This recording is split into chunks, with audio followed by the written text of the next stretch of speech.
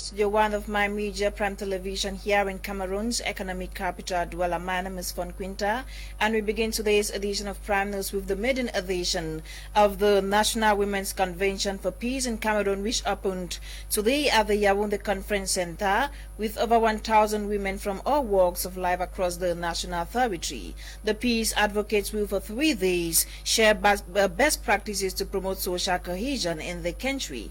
Eileen Sama with details. The 3-day event, which opened today at the Yaoundé Conference Center, groups over 1,000 and more women from Cameroon's 10 regions to discuss one but primordial issue, the promotion of peace in Cameroon. The convention, which according to the organizers, Friedrich Albert Stiftung Foundation, has as objective to send powerful signal that Cameroonian women are longing for peace in the midst of the socio-political crisis plunging the country into turmoil. The peace crusaders from all corners and groups of the society are in the capital city, Yaoundé, to unite their voices for peace to return after 6 years of a blood battle. Amongst them are female traditional and religious leaders, female soldiers, women entrepreneurs, women peace activists, displaced women and girls, victims of war-related violence, women from civil society and political parties, among others. These women will, from July 29 to July 31st, 2021, share their rich experiences and excellent ideas with the goal of fostering the mechanism to speed the return of peace in Cameroon. Meantime, those with very painful memories will be uplifted in a trauma and healing session dubbed Psychosocial Village. Now, Amnesty International has released eyewitness testimonies and satellite images showing devastating consequences of the ongoing Anglophone crisis. The report highlights a rise in human rights violation in the conflict-hit regions of the country, as Lasha Kingsley tells us in the following report. As published by Amnesty International on July 28, 2021, has acknowledged the existence of satellite images and eyewitness testimonies which reveal the scale of devastation in the 2 Anglophone regions of Cameroon. The violence between Cameroonian armed forces and the various armed groups erupted in 2017 following protests against discrimination and marginalization. The conflict has since then resulted to the unlawful killing of civilians, kidnappings, and widespread destruction of houses and villages. According to the report published by the UK-based rights group Amnesty International, government intervention in these crisis-stricken zones has been limited, with a near-complete silence from the international community. The organization boasts of documented eyewitness testimonies and analysis of satellite images unveiling the dozens of civilians who have been killed since the start of the Anglophone crisis. Fabian Ofana, Amnesty International Central African researcher, accuses both parties involved in the crisis of human rights violations. He believes that without strong action by the authorities and the international community, civilians will continue to bear the brunt of the crisis. Images released by Amnesty International indicate incidents that occurred between January and April 2021 in the villages of Nsi, Ntong, Ntim, Bui, Koshin, and Kimbi, all in the northwest region of Cameroon. These images show structures which were completely damaged, destroyed by fire, or no longer existing.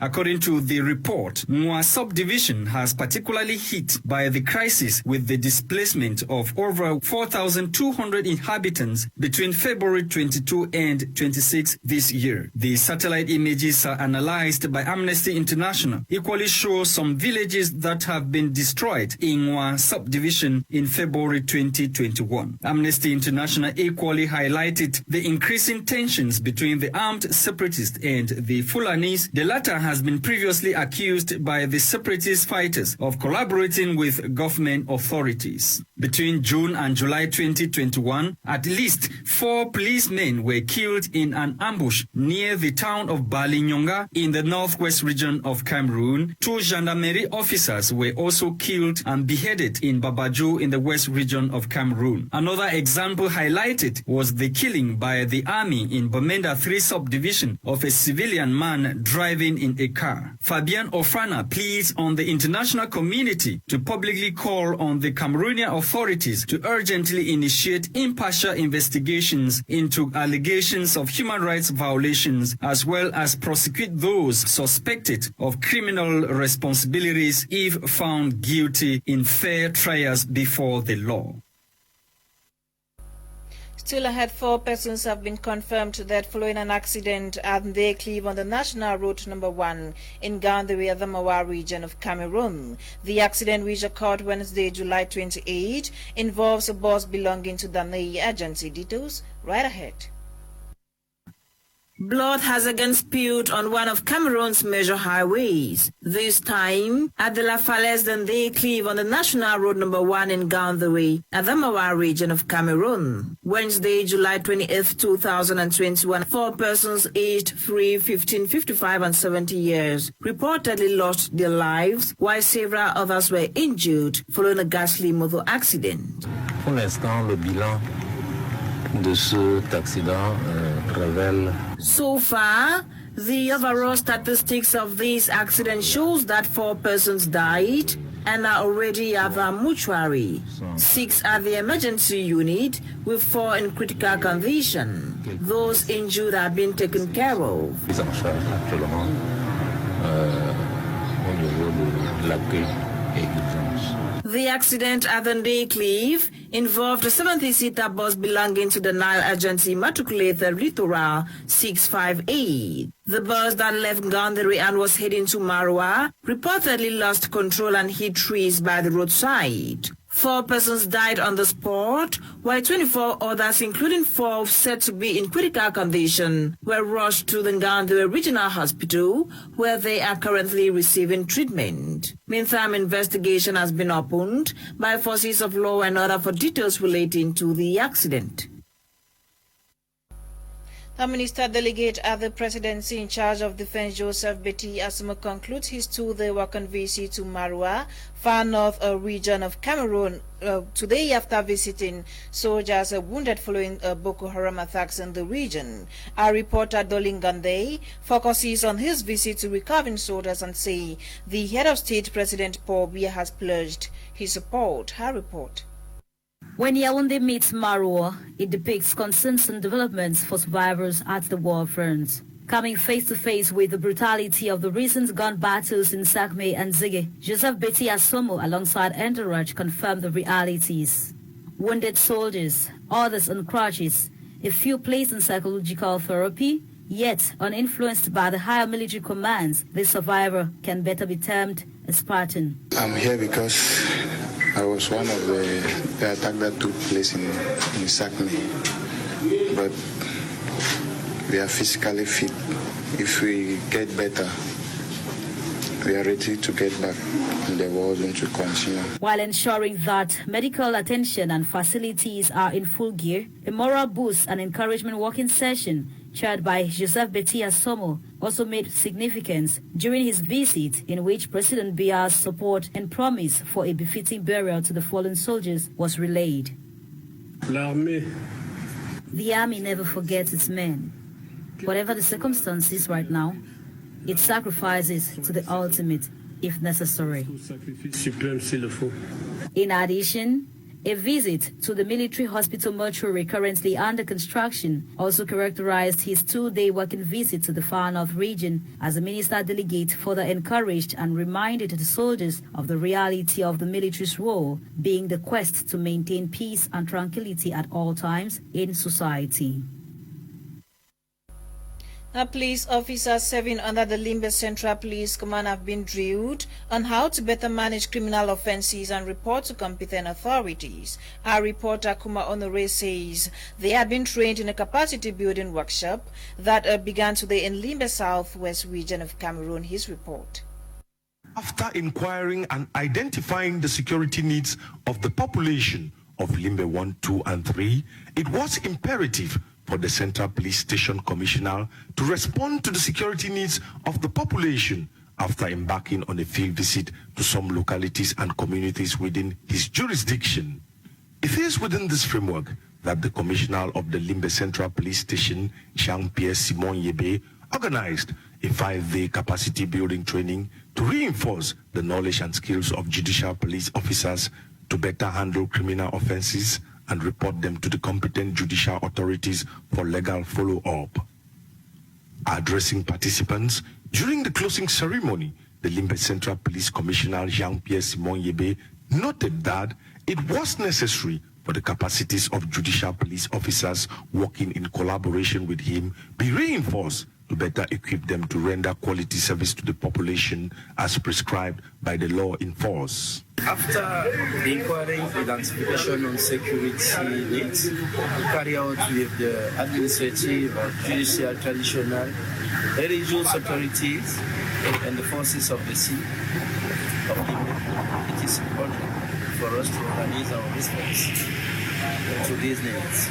For 5 days, participants were drilled on ethics and deontology, the disciplinary system of the national security, the role of the Public Security Commissioner, maintenance of law and order, the fight against criminality, among others.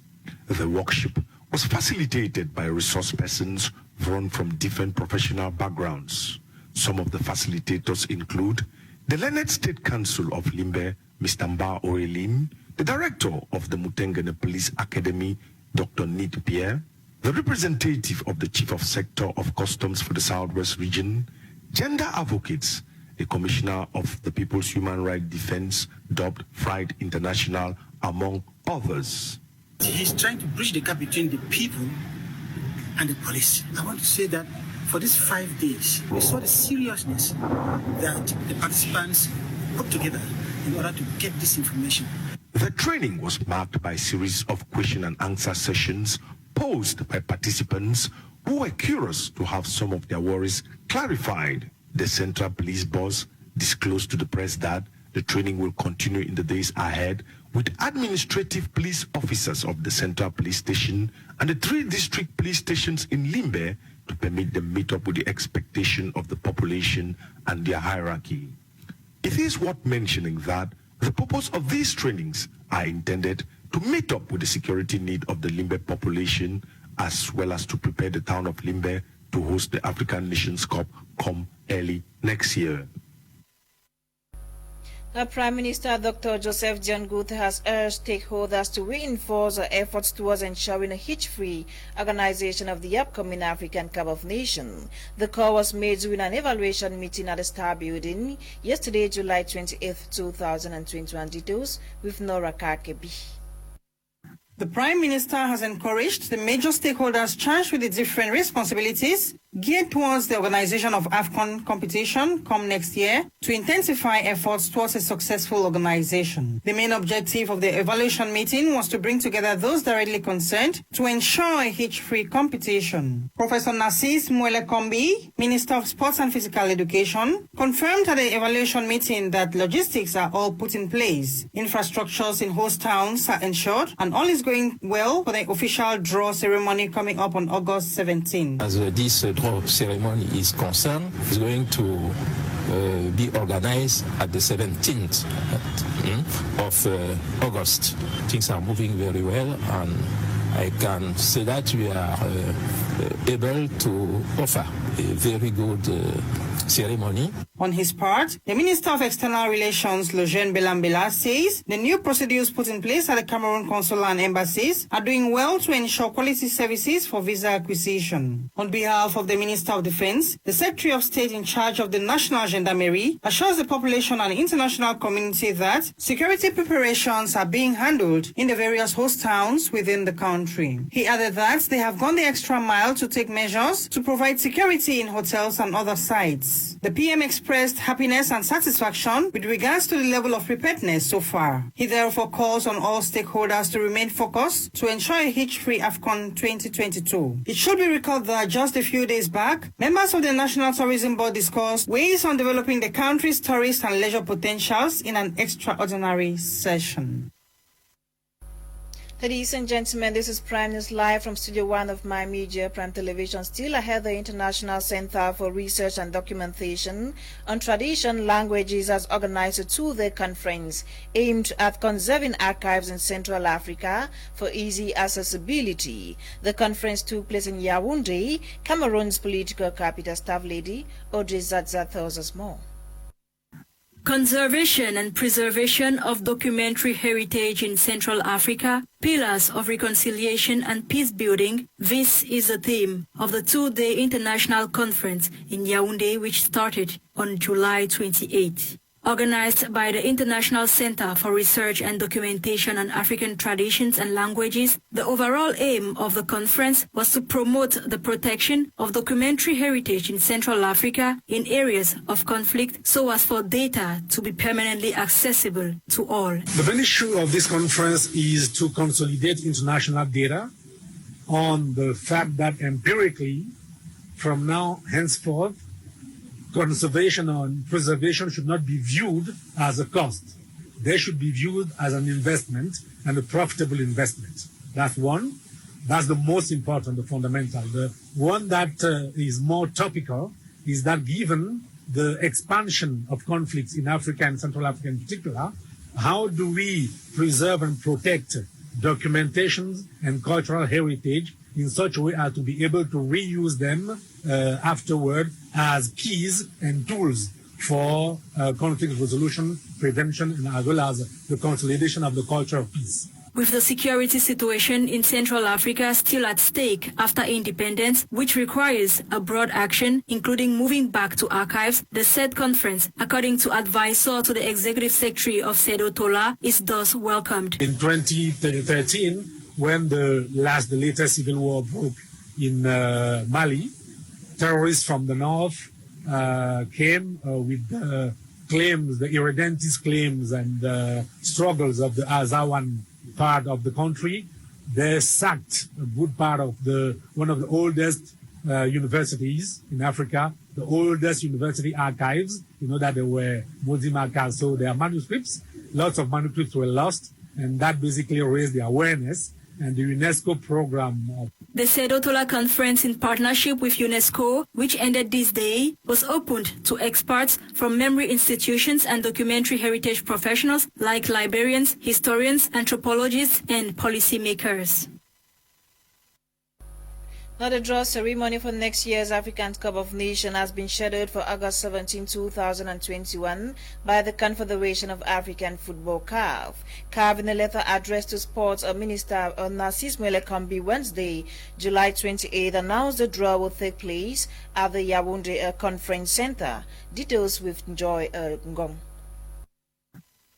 August 17, 2021 at exactly 7 p.m. is the official date and time set aside by the Confederation of African Football (CAF) for the official draw ceremony of the 2021 edition of the African Cup of Nations. The information was made public on July 28 via a letter addressed to the president of the local organizing committee of the competition, Minister of Sports and Physical Education, Narcisse Mwelekombi, signed by CAF's Secretary General, Veron Musengo Omba. The letter carried forward the original date for the draws, which was August 15th, as was announced by CAF last Monday. Following the conclusion of the qualifying phase in March, with all the 24 countries now confirmed for the tournament in 2022, the group stages draw was first planned for June 25 in the country's political capital before it was postponed due to COVID-19 related issues. However, the 24 qualified teams will now know their opponents come August 17 during the live draws in Yaoundé, with FECAFOOT assuring CAF that all logistics have been sorted out for the event. The draw ceremony will be attended by some high-profile football icons such as Samuel Eto'o, Didier Drogba, George Weah, among others. This season of the African Cup of Nations is scheduled to take place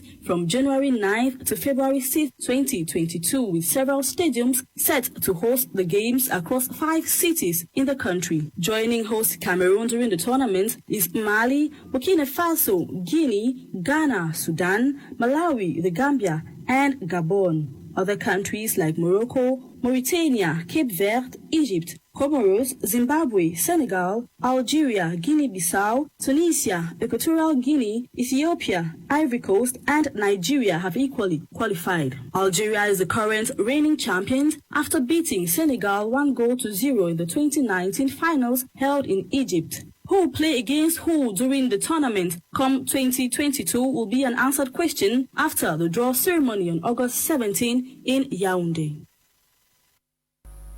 And on Tokyo 2020 updates, Ivory Coast has obtained its qualification ticket for the quarterfinals of the Tokyo 2020 Olympics. The game, which marked the third day of play in Group D, saw a 1-1 tie on both sides. Ivory Coast now ranks second in Group D after Brazil with 7 points. The Elephants of Ivory Coast will have their next encounter this Saturday, where they will face Spain.